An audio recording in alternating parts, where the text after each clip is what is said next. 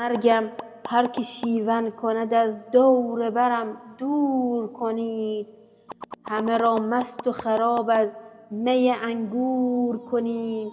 مرد غسال مرا سیر شرابش بدهید. مست مست از همه جا حال خرابش بدهید.